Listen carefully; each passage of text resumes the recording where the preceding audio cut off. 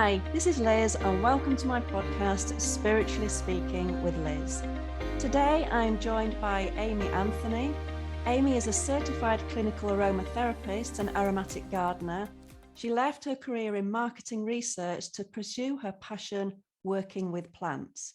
As a certified aromatherapist, aromatherapy educator, herbalist, gardener, certified master composter and distiller, Amy is one of New York City's top aromatherapy practitioners and is listed as America's top 50 most influential aromatherapists, amongst the likes of the Tisserands, Gabriel Moje, Salvatore Battaglia, Shirley Price, which is who I trained with, incidentally.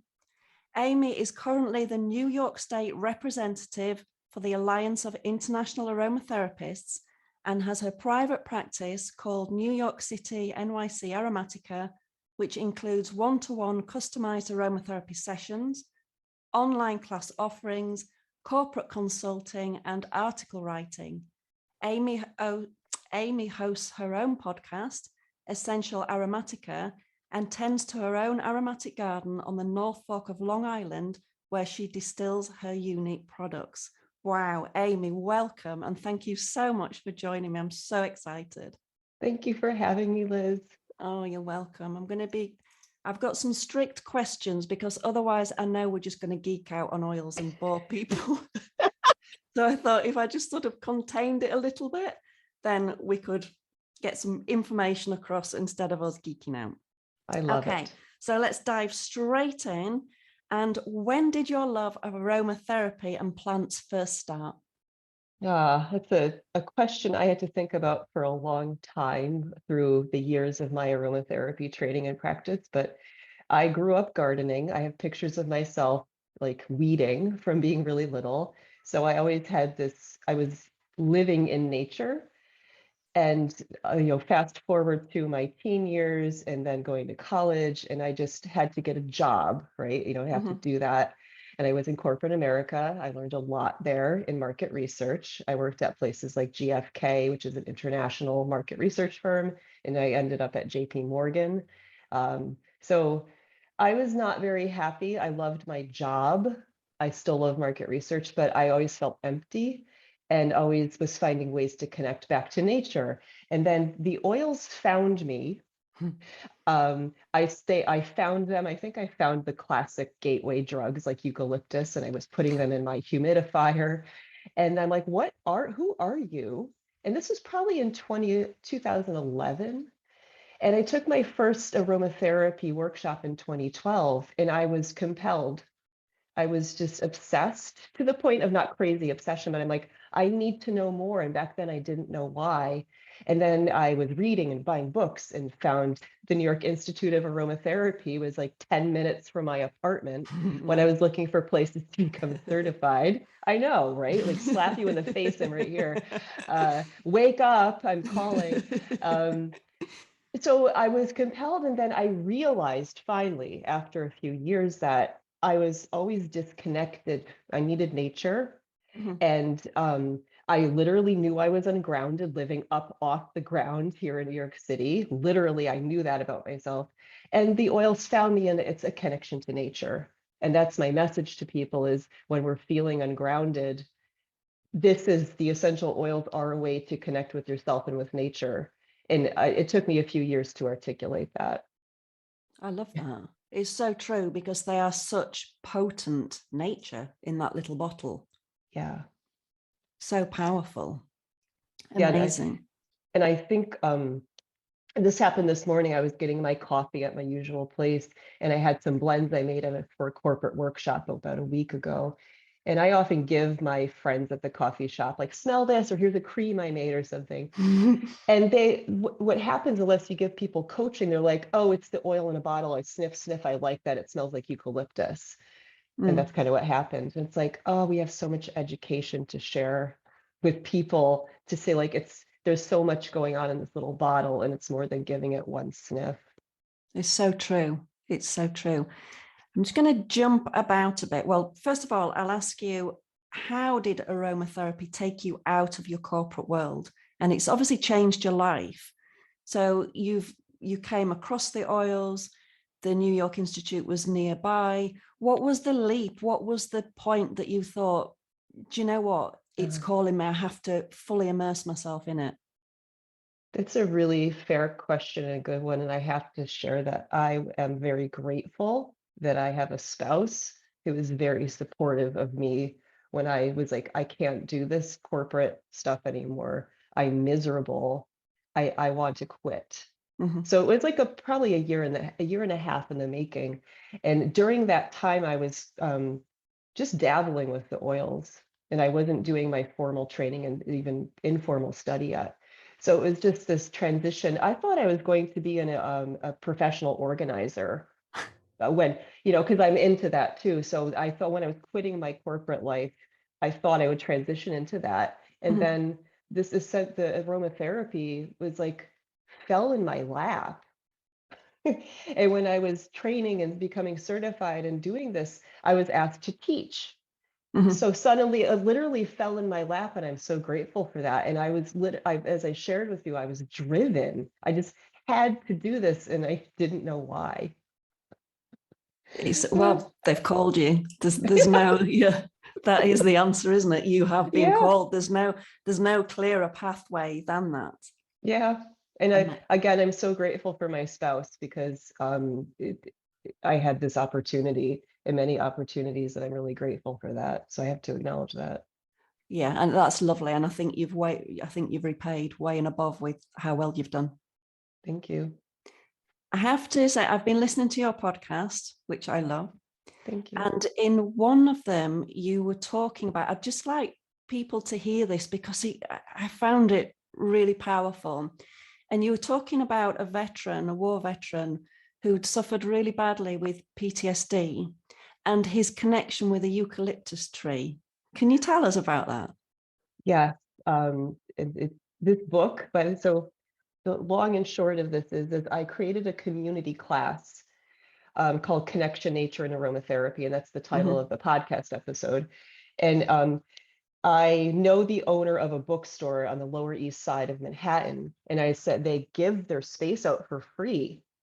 And I was like, well, I'd love to give a community class, but I'd like people to buy books from your bookstore. So I found 3 books in the bookshop that have to No. do with nature. Uh-huh. So I use them as inspiration for this workshop I made, a class. And this story that you're referencing, that I'm referencing, is from The Well-Gardened Mind, Mm-hmm. this book called by Sue Stuart Smith. It's The Well-Gardened Mind, The Restorative Power of Nature. And you're in the UK. And of course, she is a psychiatrist and psychotherapist, earned her degree from Cambridge, and she's from the UK. Okay. And it's all about the connection with nature. And in this book, she talks about several things, but the healing powers of gardening. Mm-hmm. And specifically, I'm referencing, there's this man named Eddie, and he had post-traumatic stress disorder. If I recall, he was a war veteran. I'd have to double check that fact. But he was disconnected and judgmental and itchy and had a hard time integrating back into life. And he was part of this therapy program in gardening. And what he found was he'd walk around the garden and couldn't connect with people, but there was a eucalyptus tree. And it became a ritual for him to go and stop at the tree. He's like, who are you? He was like, drawn, it's aromatic. The aromatics get your attention. And Mm-hmm. he'd take and crush a few leaves and smell them and feel uplifted. And it became something that he did. And if I could read just a few Please pieces do. from Yeah. this. I Yeah. found it really powerful. Yeah, so thank you. And again, this book was compelling to me. I think I read it in 2 days, so I highly recommend it. Um, so I have a few things highlighted. While other forms of relationship may feel too threatening at the start, nature can help alleviate this disconnected state, such as post-traumatic stress disorder. I witnessed this when during a circuit of the grounds, Eddie paused by a eucalyptus tree. I never walk by without doing this, he said, as he picked a couple of leaves, crushed them, and inhaled the aroma. It always gives me a mental buzz. It was his point of connection and became clear how much, especially in the early months of his rehabilitation, it it had helped to steady him. So this eucalyptus tree, this aromatic experience gave him an anchor point. I love this part. By contrast, the natural world offers an environment, versus the terrible human world we make. But the natural environment world offers an environment in which people can feel accepted just as they are. Eddie was conflicted about receiving help from other people, but the uplifting smell of the eucalyptus tree was a free gift of nature. And what possible shame could there be in getting a boost from a tree? I mean, it could go on a little more, but I won't. But I think your listeners get the point. I And just it's thought that just, was beautiful. yeah, all of it like a free gift of nature. And I share this in workshops as things. I have people drink aromatic teas because it's not just about the essential oils. Like when we can go and experience clean air, watching a tree, smelling eucalyptus, cutting up fresh ginger and putting that in your food, that is a gift, right? Absolutely. It totally is. And anything like that, and I know you'll be the same, that I am very smell orientated. I always have been. Like perfumes, I find quite offensive, or they give me crazy headaches, or, I'll be like ducking and diving around, and Kev, my husband, will go, what are you doing? I go, oh, that person's wearing, I won't say, there's one particular perfume that really, and it just stays with me. And if one of my beautiful friends, and I've never said wears a very powerful perfume, I hope she's not listening, and when she hugs me, because she gives the best hugs, but when she hugs me, I can always smell it, and it'll stay with me all day, and it affects my mood. It affects how I feel. You're the same. Oh my gosh, yes. And my husband's very attuned to this now too, where we were out to dinner last night and someone was nearby and there's a perfume and both of us were just like, oh, it's like you're ruining my dinner because our taste and smell are together. Yeah. Right. And I have something personal to share. You just shared something about a friend. I just had someone stay with me, and this individual I haven't seen in a while, and a big fan of their perfume. And it clouded my apartment. And this is 2 weeks later, my guest room still smells like that perfume. And it kind of makes me angry when I walk by the room now because it irritates me. Yeah. Sorry. Yeah, it because it comes into our space. It's very, smell is very intense in a good way, but in a bad way it can be as well. Yeah, and that's the thing I find for aromatherapy. And again, you're in the UK, so you are in a culture that knows more about aromatherapy, I feel. Here in the US, people just think it's about smell. And I have to remind people, like at that workshop I mentioned, I had a person sitting there and I said, like, remember, we're inhaling this stuff. It's going into our systems. It goes into our bloodstream. It works with our nervous system. And he's like, wow, I didn't think of that. Because I think people think smell is outside. And it's like, it doesn't affect you, but it's chemistry. And we're at a big educational opportunity for people here in the US, especially, that's like, it's not about bad fake synthetic smells and just putting a diffuser on. I'm sorry, I'm on a soapbox, so thank you for No, this. I'm right alongside you, Amy. I'm here. I'm here. In my shop, I have rows of essential oils, and then at the bottom I have fragrance oils, because people want fragrance oils and I have to give them that choice. But when they ask, I want an oil for my diffuser, then I'll say, well, what's the difference? I'll say the bottom row, they're fragrance oils, they're perfumes. The top rows, they're aromatic oils, essential oils. So they come from plant matters and they have therapeutic value. What do you mean?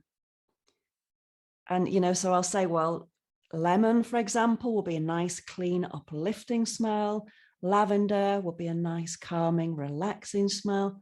Oh, and so many people still, I mean, like you say that the UK is ahead of aromatherapy. I'm not sure about that, but there's still a lot of people, oh, well, it just smells.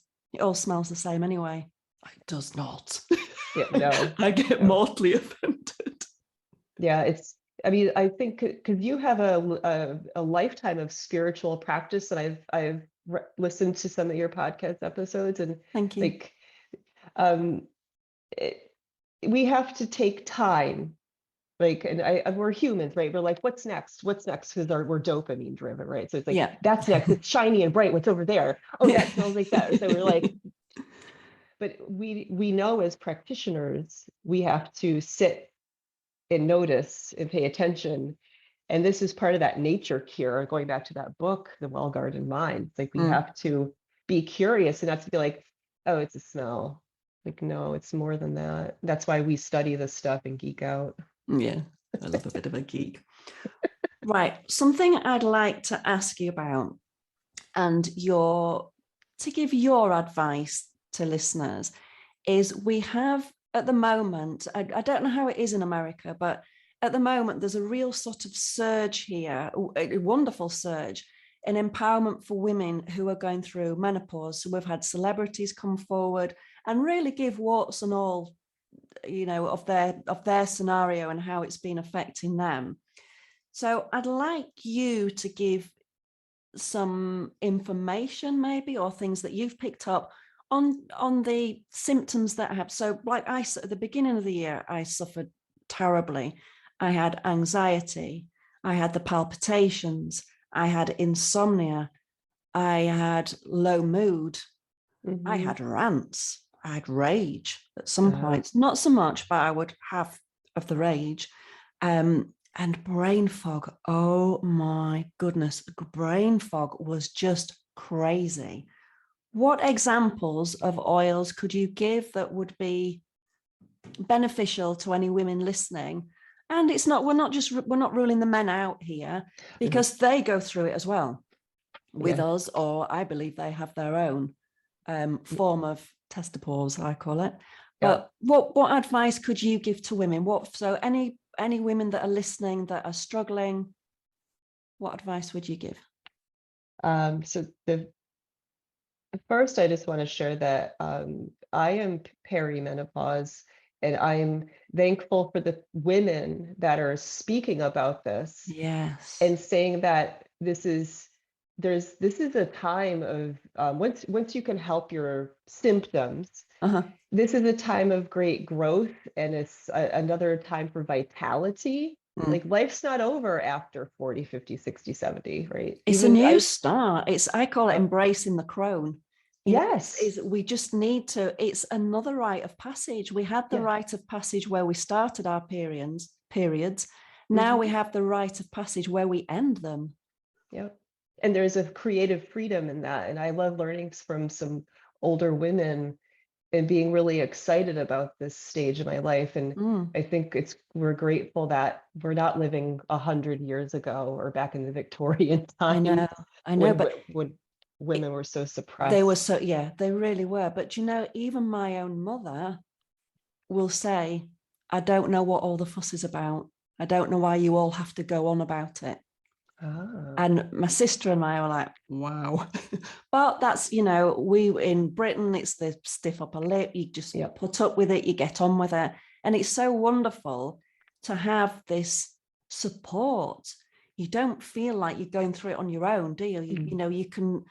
You can empathize with women, you can sympathize with women because you've felt those feelings.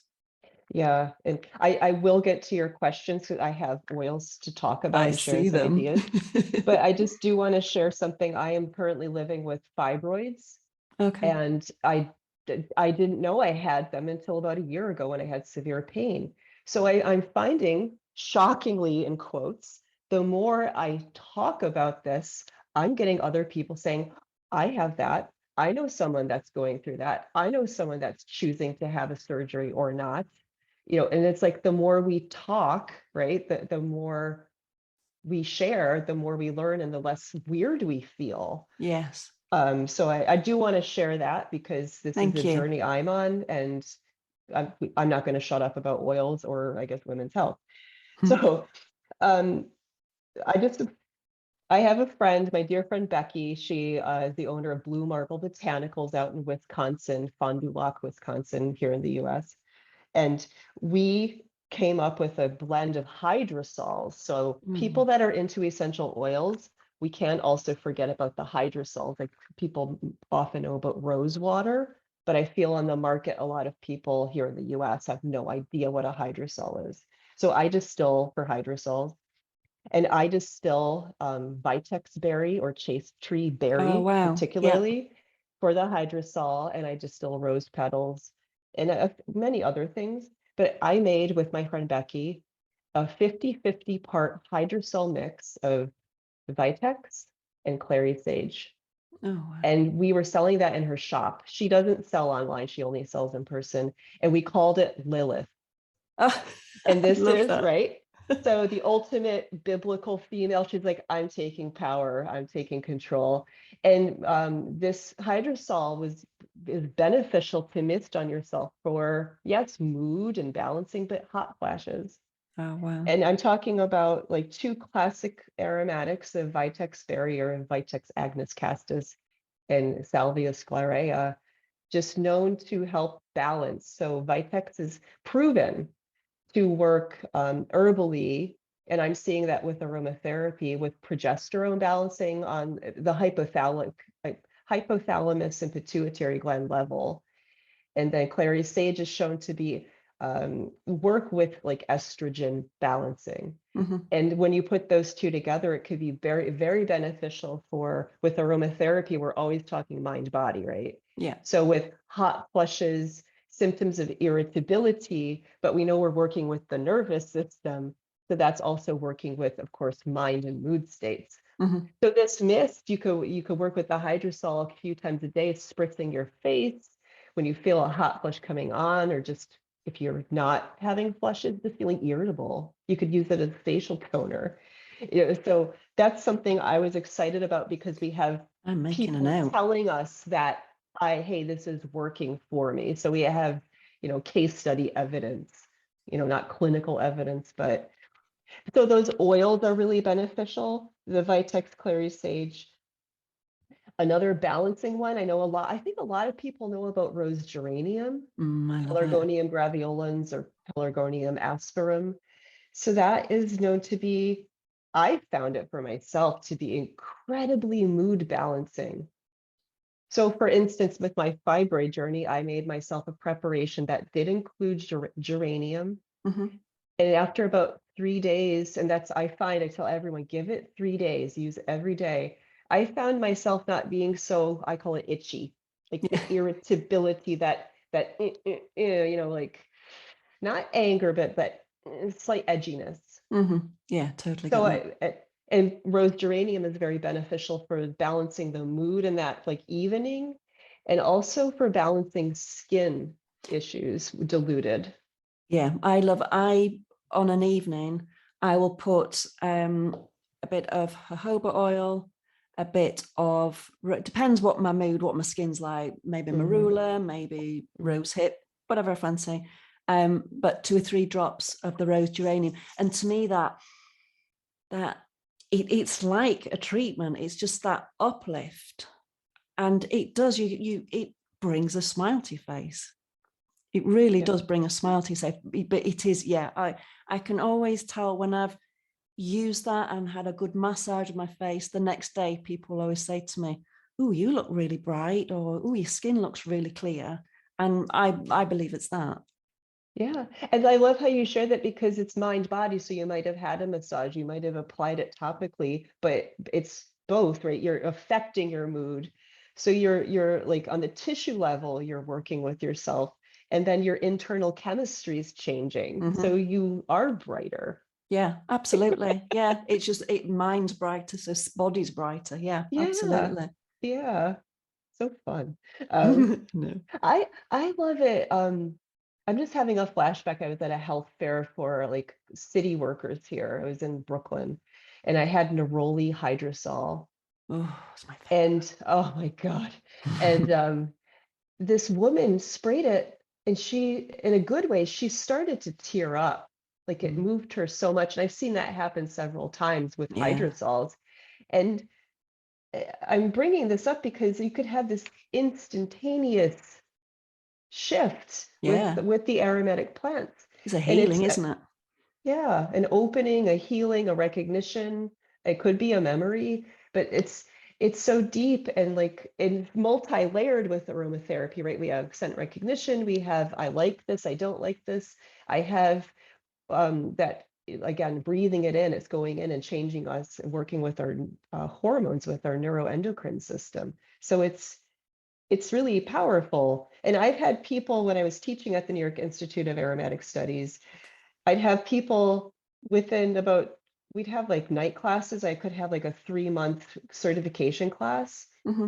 And I remember some students being after like one cycle of their period, working with things like clary sage, rose geranium, ylang ylang. I'll share a few more. They're like, my period's more balanced, Mm. right? So this is the real deal, and it takes some time sometimes, but it's really beneficial. It's just Uh, finding that balance sometimes with people, because we are all individuals. So there's no prescription of this. I found this with the menopause that, oh, well, this worked for me. You try it and you think, oh, it didn't really do anything for me. Where other things you try, and like you say, 2 or 3 days, you're like, oh God, this feels so much better. This is working for me. So we are all very unique, aren't we? And yeah. what works for one doesn't work for another. And thanks for saying that, because that's a part of a professional aromatherapist is we're here to study oils, and I call it learning the personalities of them.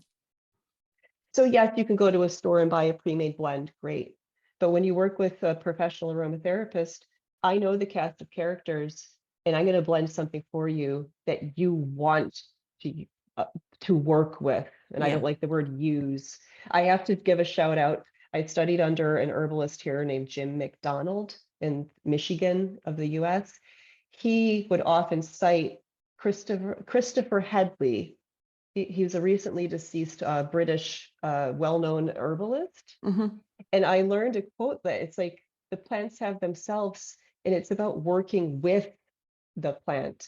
Yeah, And I like absolutely. that language. And here in the US, we're always like, what's that good for? Let me use that. And it's like, Yeah. oh, People want no. instant, they want an instant fix.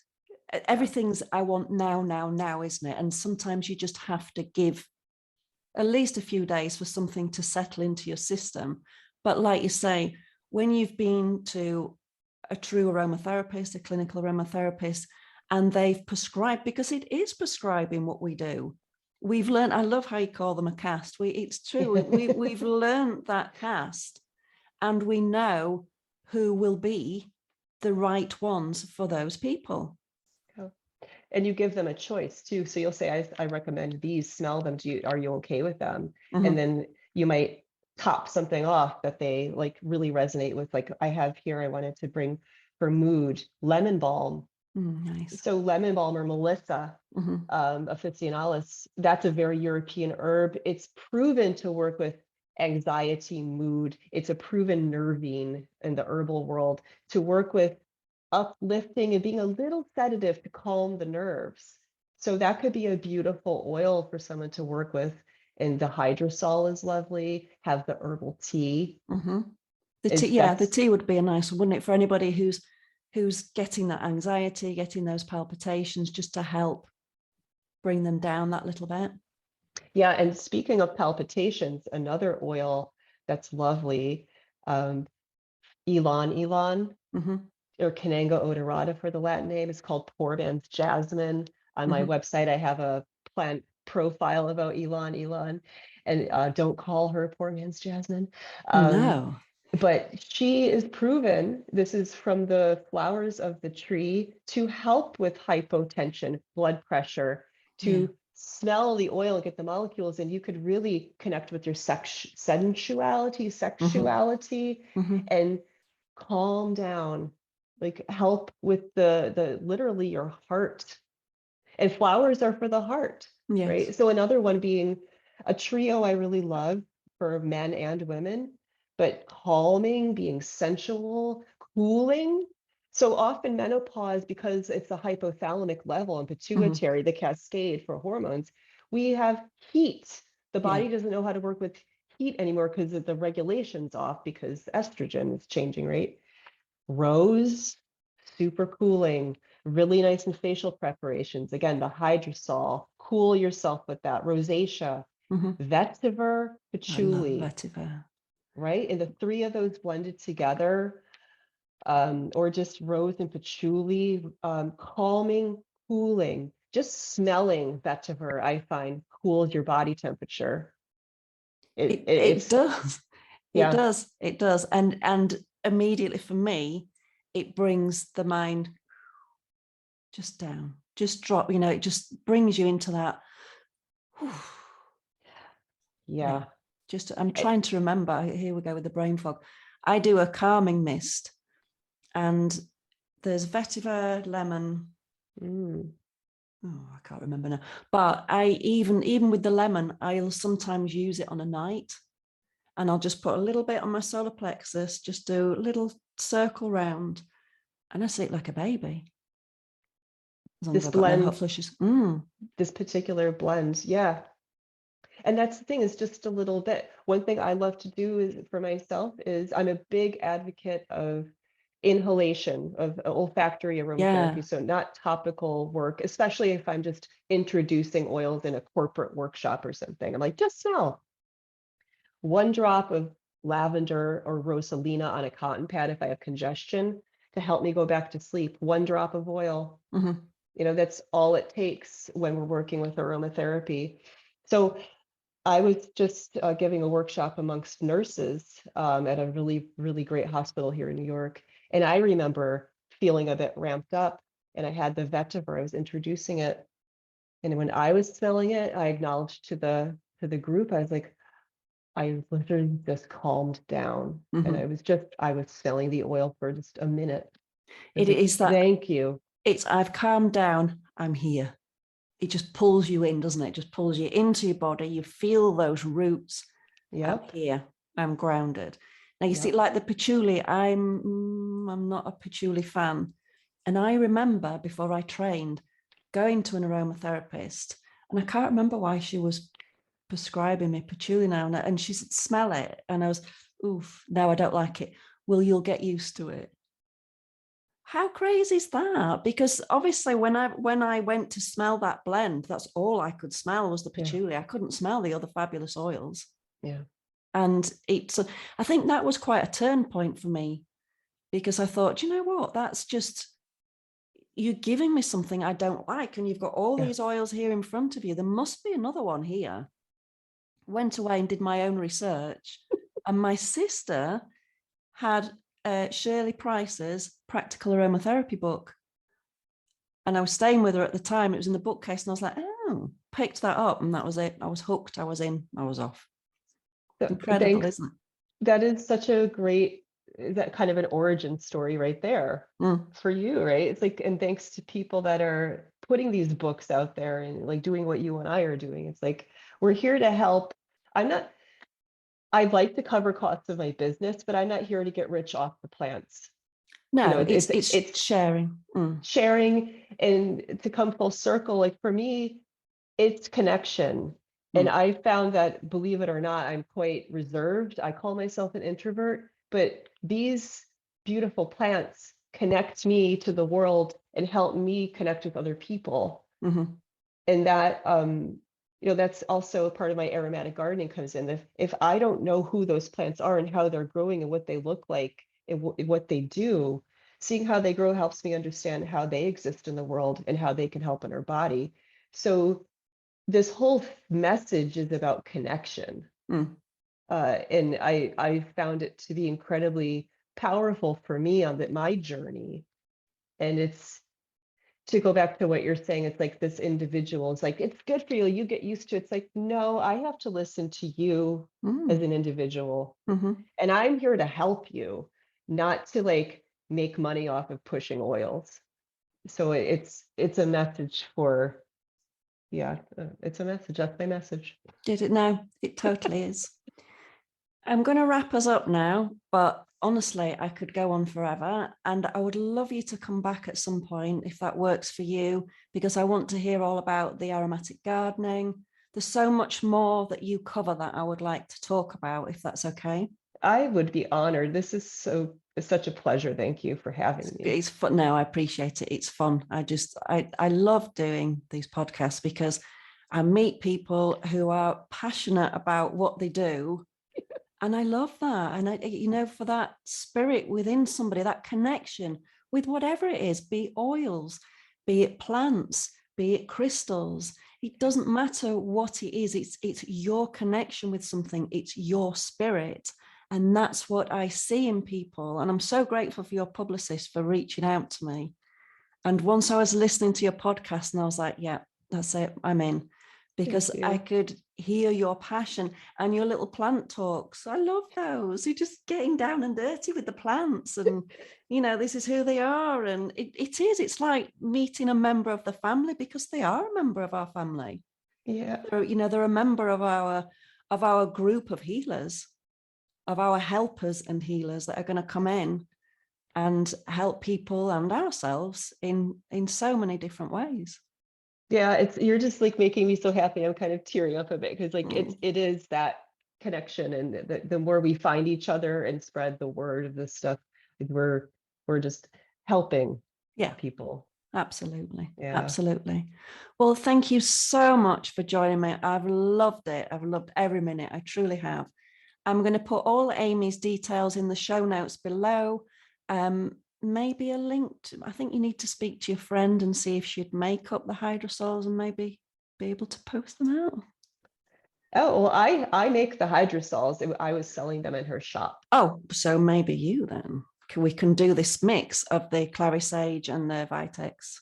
It's something we can talk about anyway and pop it in the show notes. I just think it might be a really nice option because I haven't heard of those together and thought of the hydrosols, to be honest, in that way. So that's just perfect. Yeah, we'll be in touch, definitely. Okay. Thank you so much. And I'll speak to you again soon. Thanks everybody for listening. Much love to you all. Thank you. Bye. Bye.